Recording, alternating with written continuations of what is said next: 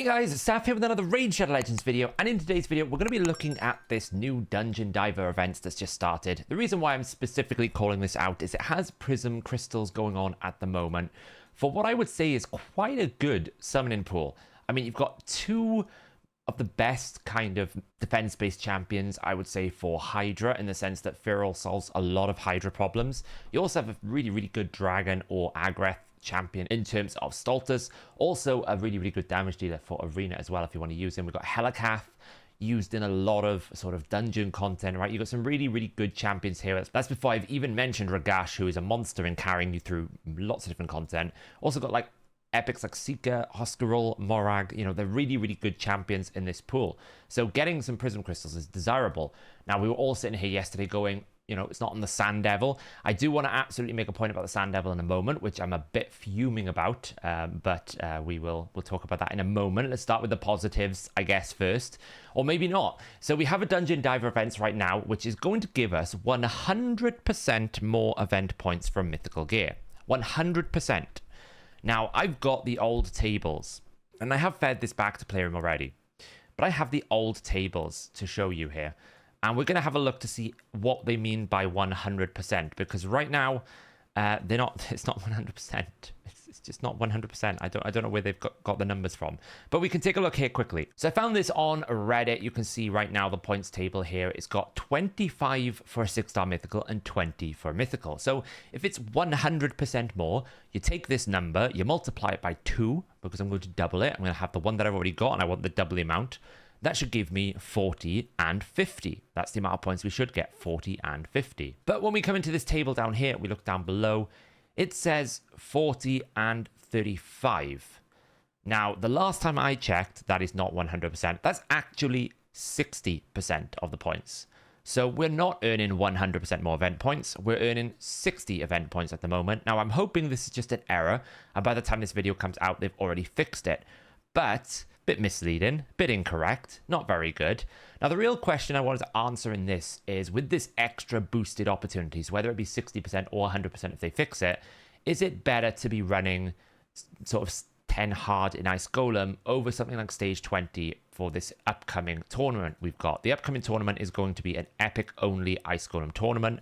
There isn't really any other dungeon tournament going on that you would want to farm during this Dungeon Diver events. So it's really a question as to whether or not it's better to do stage 20 or stage 10 hard with this boosted opportunities. Well, I've got my old sort of spreadsheet I put together back when hard mode dungeons first came out. This basically determines what is the best stages for you to farm, what's your opportunities for getting different dungeon gear, what is the drop rates essentially. So we can see, if we have a look at stage 10 hard, we get about 1.59% chance of getting a 6-star mythical, and a 5-star mythical is about 3.38% chance.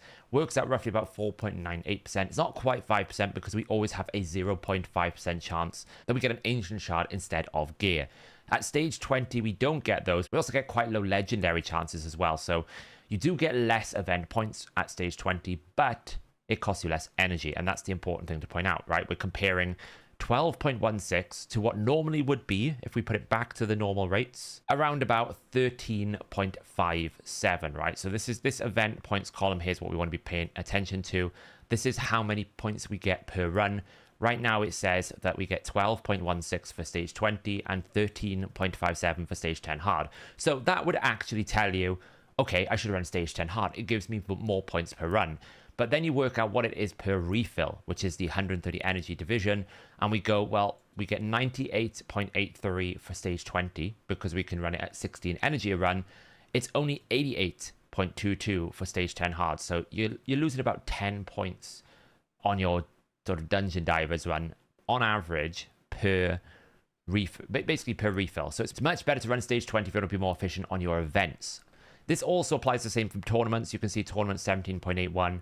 That goes to 18.94. It's still better to run the highest stages for standard tournament points per run. But when we apply the energy consideration, it goes from 144 to 123.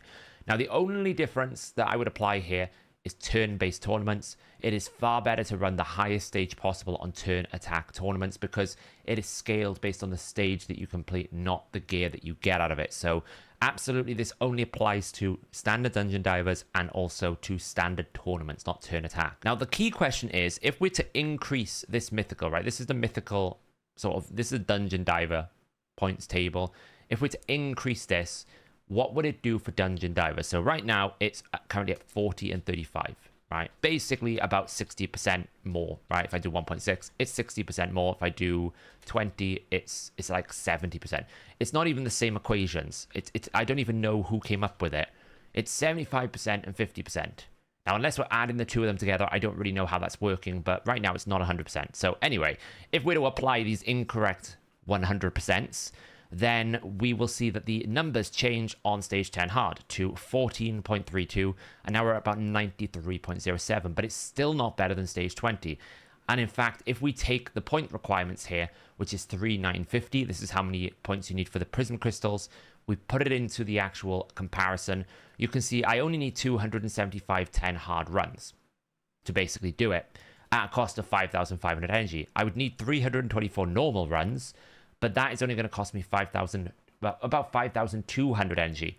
So in essence, it's about 5% more efficient to run stage 20 normal. So even with these boosted opportunities, it's still better to run stage 20 normal. Now, if I actually apply 100% properly, right, which is 50 and 40, that is the correct 100%. Now, obviously, you can't get a 4-star mythical from these dungeons, so you don't need to worry about that. We can see now it goes to 14.65 or 95.2. It's getting closer, but still stage 20 wins, right? You're still going to save yourself around about 200 energy and about 3.67. Now, there is an argument to be had.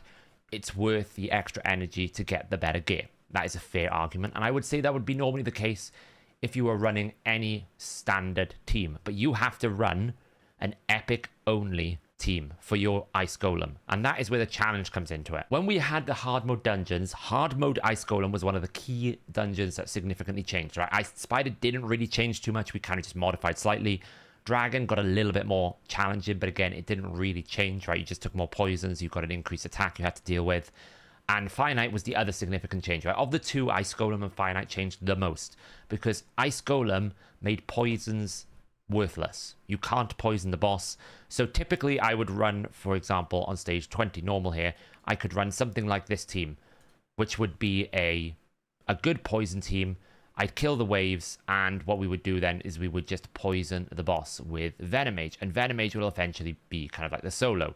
So we got to work our way through the waves first, right? This isn't really a very well built speed team. It's something I threw together last night on stream just to see what we could build. You obviously could use Seer, for example, to clear these waves, and whatever you wanted to do, right? There's obviously loads of different teams. We'll have a look at what other types of options you could have in a moment. But just as a concept here, what I wanted to showcase to you was the kind of thing of, well, you can use poisons on normal mode, right? We can basically do this. This is not a problem. Pretty easy so far. I threw in 4 epics that I had semi-built. All of them pretty okay. Okay, there's some of them are awakened, but, you know, I think Venomage is in a regen resist build, so she can solo if she needs to.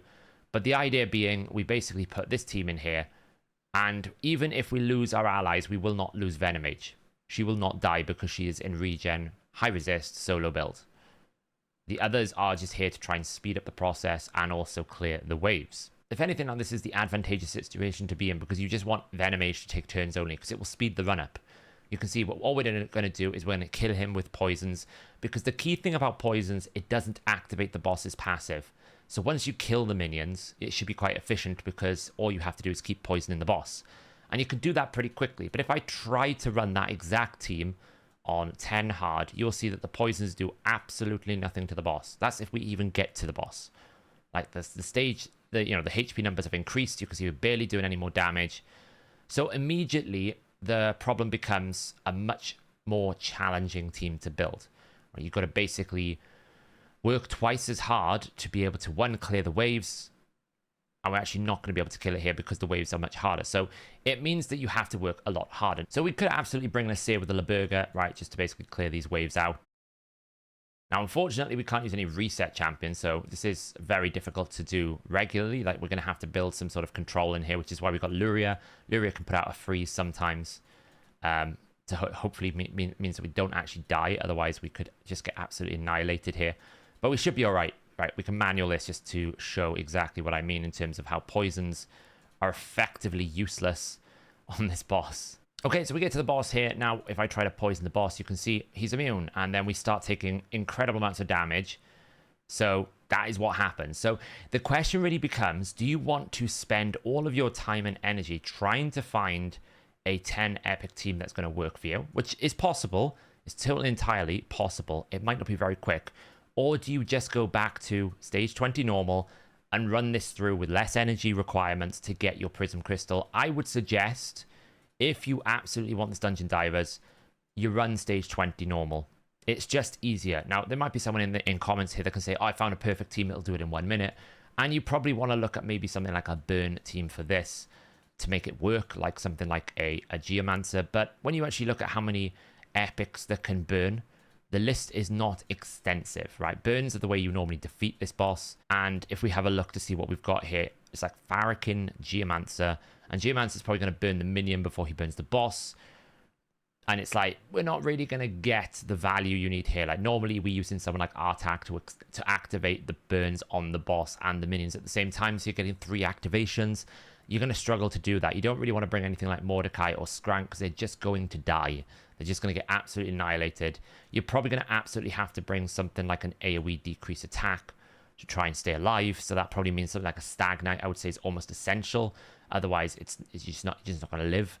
And then you probably need something like a heal or some sort of survivability here, which is probably going to have to be something like a Rogrim maybe, or a Godseeker Neri. So it can be done. I'm not saying it can't be done. What I'm trying to suggest is maybe it's just more efficient and time efficient for you to just do this one on 20 normal and not worry about the chance to get more points. I don't think this earning, even if we put it all the way up to 100% as it should be, is going to get you a net benefit. It's still more energy you're going to have to spend to get these Prism Crystals for basically a small chance of getting mythics, right? We can check briefly.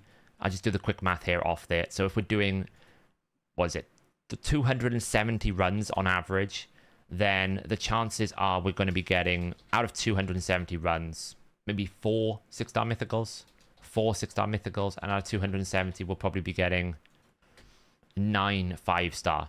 So in total, for running 10 hard, you'll get 13 mythical artifacts. It's such a small amount, I don't think it's worth it. Now, you will lose out on 6-star legendary. Legendaries will give you a better drop rate, right? That would normally be around about 15 6-star legendaries and then around about 32. So you'll probably get like 48 6 or 5-star legendary on those runs. And that compares to something like 24, right? So you're going from 24 legendary rewards to around about 48. So you do double the amount of legendary gear you get. So that's a big factor. But for the effort, I don't think it's worth it. I think really all you want here is the Prism Crystals. That would be my suggestion. That's what you do. Just do stage 20 normal with a good set of epic champions you have built. Now, the other thing to take into account here is the Soul Chase tournament. This is at 545, which seems like it's not a lot, but that is around about 4 to 5. I think it's about 3 to 4 5-star epics, right? So if you do a temple, like we could do a temple here now, because I'm pretty sure I have 10 mythical mortal stones. Here we go. If I do a temple here, this is probably going to net me barely any points unless you get lucky. It's a chase tournament. So if I get lucky and I pull like a 6-star legendary or a mythical champion, apparently, then that will give me a lot of points. But if it's all 1-stars, it will be pretty weak. Like 2-stars, 1-stars. See what I mean? I've pulled 2 2-stars that are of a high rarity and it's got me 83 points. So it's not as efficient as you might think. Now, I'm doing it because I actually want the Prism Crystals here. But, you know, I wouldn't recommend. I don't actually have that many stones saved up anyway, so it's not really a problem for me. But you really kind of want to try and get a 4 or 5-star mythical. So I've just basically pulled 11 Mortal Soul Stones and an Immortal Soul Stone, and it's got me barely any rewards. Barely any rewards. And that is the big problem. Really, it's just such a high rolling thing. You probably need to have an Eternal Soul Stone ready to go. Or you need to get lucky with one of these Immortal Soul Stones so that you can get like a 5-star epic or a 6-star legendary or something of this nature. If you keep rolling 3-star epics like this, you're never going to get there without spending an absolute fortune. Now, I have been tempted to just maybe take an Eternal Soul Stone and sacrifice, what is 1,000 coins here? I think it's about 16 essence, or was it 20 essence? I've been tempted to do that. Actually, I might do that right now. Do it for the video, right? We'll do it for the video. This is probably the best way to do the chase, because as long as it's a 5-star epic or a 6-star legendary, okay, a 5-star legendary gets me there, right? So 1 Eternal Soulstone is probably the most efficient way to do it. A 5-star Lugan, I mean, I don't know what I'm going to do with a 5-star Lugan, but there you go. But that has probably got me enough to get the Prism Crystals. So I would suggest, if you're doing this, try to use one of your Immortal Soulstones and do it that way. But there's a massive difference between a 5-star legendary and a 5-star epic. We're talking 200 to 300 points. So just keep that in mind. It may seem like a small amount, but it's actually not. And the only other thing I want to call out is this Sand Devil turn attack tournament. So we were all rejoicing that they made Sand Devil easier, right? So many more people can do Sand Devil now. The tournament's much easier in terms of, like, I can build more teams. I'm able to now run a 10-turn team, which is great. I was sitting here, I was going, this is brilliant. Now when the next Sand Devil tournament comes around, this is going to be so much better, because I can do this in rapid time, right? I can do this very, very quickly. Where before it would take me 83 turns on average to do it with Ninja Iniri, and that is a fast Ninja Iniri. That is with a 5-star Miracle Heal before. Now I can do it in 10 turns. Perfect. Well, the way the turn attack works, turn attack tournaments, and Sand Devil is almost always turn attack tournaments. The best stage gives you the best points. The best turns on the best stage gives you the best points. So if you can cut your stage 25 from 83 turns down to 10 turns, that's a significant energy saving. I was estimating it would be about 500 energy saving, where it would actually cost me about 1200. And we can actually check the math here very quickly, because I have a Google Sheet. I'll make sure I put this in the pinned comment. So you can see, if we had the all tournament point requirements, which is 35, and I was doing my usual 5-star Miracle Heal, Sand Devil, Anarian Ninja team, it would be around about 1,795 energy, about 1,800 energy for me to get the top reward, which is normally an Immortal Soulstone, or sometimes Prisms, normally Prism Crystals I will add. They didn't add it this time. But now, they've actually taken this 3,500 and they've made it 5,250. So now the new points requirement is 2,692, and even if I run the ultra fast team, which is 10 turns, that's like one of the fastest teams you can get, it's still more expensive than what it was before. Now, I'm hoping this is an outlier, but this is pretty egregious. What they've essentially done is they've given you, in one hand, an easier dungeon, and in the other hand, made it twice as expensive, it feels like, right? Because if I was to run this using my Iniri team, this would be a lot more expensive. A lot more expensive. Almost like a third more expensive. Like 33% more expensive. This is feeling a little bit like Artifact Enhancement to me, where they just silently doubled up and increased the points for no reason whatsoever. There was no call for this, if I'm being honest. It's not like the rewards are better. They just added an extra 1,750 points, which is near enough half, it's 50% more points.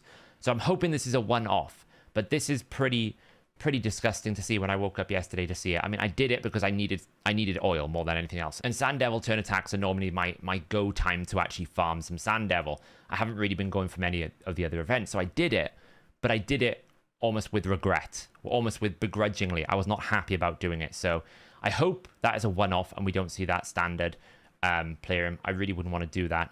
So yeah, so we do get one pull. I really want Firrol so much. This guy will solve so many of my Hydra team problems because he brings so much in one kit. He brings Veil, which solves the problem of Torment Head. He brings block buffs, which solves the problem of Poison Cloud, Wrath Reflect, Zephyrin Reflect. Right now, my Garl wants to kill herself constantly against Reflect buff, which is a pain in the backside. And he has this really cool passive as well, where he lowers all these stats, and you kind of get this 20% damage boost, which is really strong as well. So he would be amazing. Another Michinaki wouldn't be bad. We'll probably get an epic if we actually had any champion storage space. Let's just make one quickly. To close out the video, we will probably get an epic, but maybe we'll get a legendary. It's an epic, of course it is. It's Duke. I mean, Duke's not bad, to be fair. Duke is one of those epics that I would empower because he could be quite useful in Cintranos, but it's not what we wanted. All of that Eternal Soulstone is paying off. Not. There you go, guys. Bit of a summary of the best way to do the events right now. I would suggest people go towards a stage 20 normal, and I would suggest use someone like Venomage. The other champion you can use here is someone like a Dark Kale. He's very good also because he has the ability to stop the boss critting you with an AoE decrease attack. Now, I think mine is not built in regen. You'd have to build him sort of a regen build. But you can see, like, he is going to be able to help you push the wave as well because he's going to be able to do some AoE damage. He has the ability to activate poison. So one or two of the both or combination, Dark Kale and Venomage, will get you quite far in this dungeon. And I think you don't need to necessarily spend too much time or effort or energy making a fancy team to do this. If you do stage 20 normal, you can probably get away with a decently built team. You just got to watch out for these shrieks here.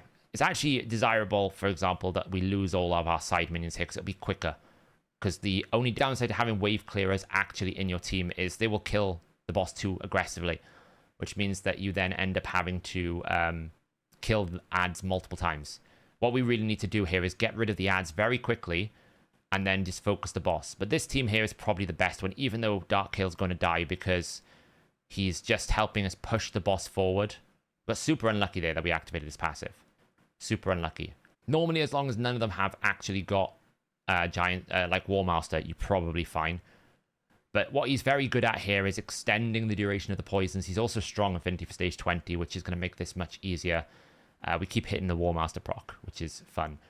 But you can see now we've actually stacked up tons and tons of poisons. He doesn't debuff cleanse like he does on hard mode. So once you've stacked up the poisons, it should be quite easy. And you can probably get it done in about a minute and a half. And that'll get you some points. So that's what I would suggest you do, that kind of setup.